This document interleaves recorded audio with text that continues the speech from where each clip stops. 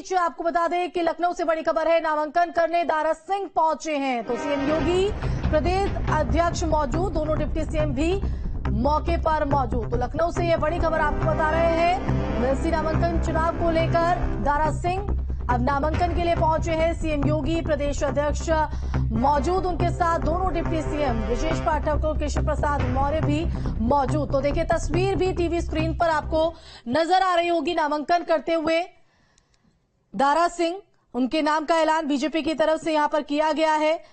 तो राजनीति में दारा सिंह चौहान एक बड़ा नाम है और पिछड़े समाज में दारा सिंह की काफी बेहतरीन पैठ है और यही वजह है कि योगी कैबिनेट के कई अहम पदों पर रहे हैं और 2017 से 2022 तक वो योगी सरकार में मंत्री भी रहे और अब दारा सिंह चौहान अपना नामांकन करते हुए। तो ये सीधी तस्वीर आप देख रहे हैं।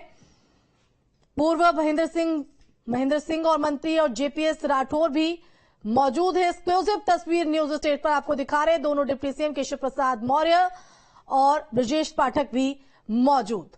तो मुख्यमंत्री की मौजूदगी में नामांकन यहां पर दारा सिंह चौहान की तरफ से। तो दारा सिंह चौहान को विधान परिषद सीट उपचुनाव के लिए उम्मीदवार बीजेपी ने बनाया है और अपना नामांकन भी अब दाखिल कर दिया गया है। तो ये सीट प्रदेश के पूर्व उप मुख्यमंत्री दिनेश शर्मा के इस्तीफे के बाद खाली हुई थी।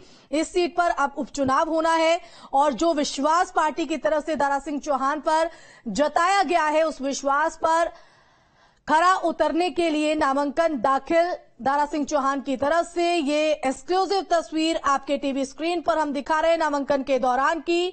मुख्यमंत्री योगी आदित्यनाथ वहां पर मौजूद है, दोनों डिप्टी सीएम भी मौजूद हैं। तो नामांकन करने पहुंचे हुए हैं दारा सिंह चौहान, उस दौरान की ये तस्वीर आपको दिखा रहे हैं। तो बता दें, दारा सिंह चौहान ने सपा का साथ छोड़कर बीजेपी का दामन थामा था और वो घोसी उपचुनाव में हार गए थे। बीजेपी ने अब उन्हें विधान परिषद उपचुनाव के लिए उम्मीदवार बनाया है। तो दारा सिंह का एमएलसी बनना तय माना जा रहा है। तो जो पूरी प्रक्रिया है वो यहां पर अपनाई जा रही। नामांकन दाखिल करते हुए ये तस्वीर आप देख रहे हैं। तो डॉक्टर दिनेश शर्मा के इस्तीफा देने से खाली हुई थी ये सीट और अब इस पर उपचुनाव होना है जो 30 जनवरी को होगा और उससे पहले नामांकन की प्रक्रिया यहां पर, जिसमें दारा सिंह चौहान ने अपना नामांकन दाखिल किया। तो दारा सिंह चौहान का राजनीति में अपना एक बड़ा नाम, पिछड़े समाज में उनकी अपनी एक पैठ है और इस बेहतरीन पैठ को देखते हुए बीजेपी की तरफ से ये दाव और लगभग ये जानकारी भी सामने आ रही है कि जो सीट पर चुनाव होना है उसमें दारा सिंह का एमएलसी बनना तय माना जा रहा है। फिलहाल ये एक्सक्लूसिव तस्वीर आप देख रहे हैं। मुख्यमंत्री योगी आदित्यनाथ, दोनों डिप्टी सीएम की मौजूदगी में नामांकन दारा सिंह चौहान की तरफ से दाखिल किया जा रहा है। तो 30 जनवरी को मतदान होगा।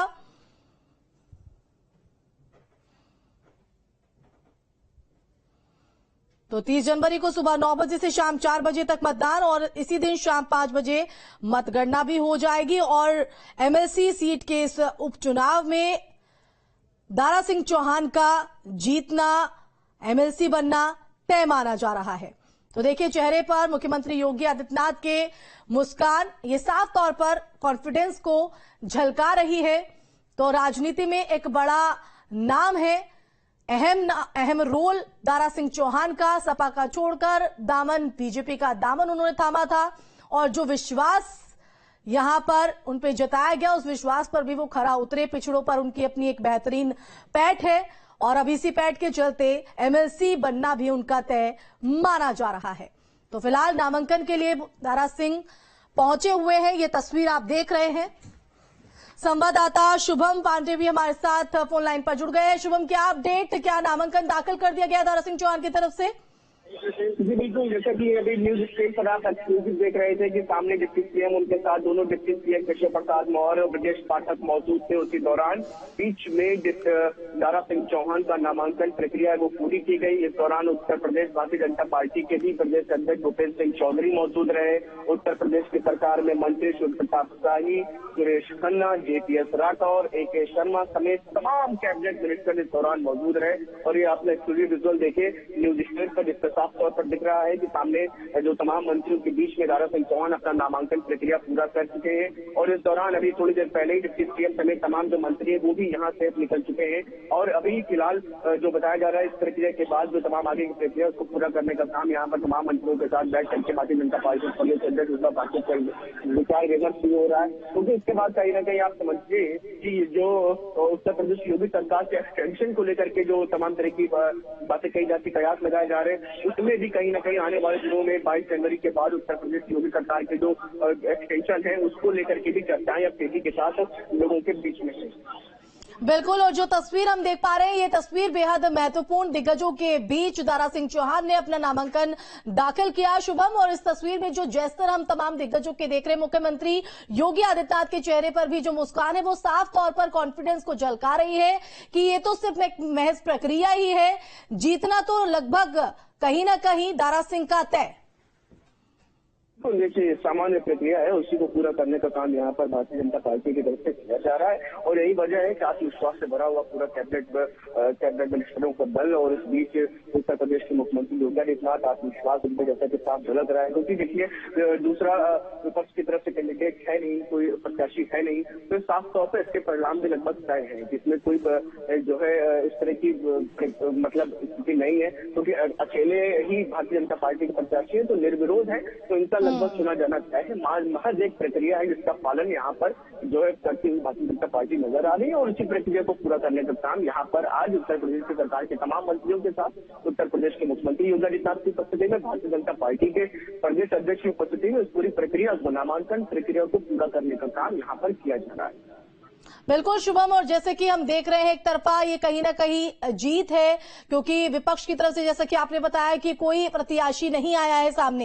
ये जाहिर तौर पर आने वाले चुनावों पर भी एक बड़ा कहीं ना कहीं संदेह खड़ा करता है, क्योंकि लगातार सरकार की तरफ से दावे किए जाते हैं और विपक्ष का ये रुख, विपक्ष की ये स्थिति साफ तौर पर इसको बयां भी करती है। शुभम बिल्कुल जी, बिल्कुल निश्चित तौर पर आप समझिए कि जो है एक बड़ी जो है जीत भी कह सकते हैं आप, क्योंकि एक तरफ जहां दारा सिंह चौहान जो अपना एमएलए का चुनाव हारे थे, उनको जिस तरह से यहाँ पर एमएलसी बनाया गया है, ये अपने आप में भारतीय जनता पार्टी की एक रणनीति भी कह सकते हैं, क्योंकि जो है तमाम वोट बैंक, तमाम जो जातिगत राजनीति होती है, उन तमाम चीजों को भी ध्यान में रखते हुए कहीं ना कहीं इसको देखते हुए एक अहम कदम भी बताया जा रहा है। और ऐसे में अब जब नामांकन प्रक्रिया पूरी हो चुकी है तो महज एक कह सकते हैं कि औपचारिकताओं को करने का काम यहाँ पर भारतीय जनता पार्टी यहाँ पर विधानसभा में करती हुई नजर आ रही है। बिल्कुल शुभम, तो ये तस्वीर आपको उस दौरान की हम दिखा रहे हैं जब दारा सिंह चौहान की तरफ से नामांकन यहां पर दाखिल किया गया और उनका एमएलसी बनना तय है, जो कि यहां पर जो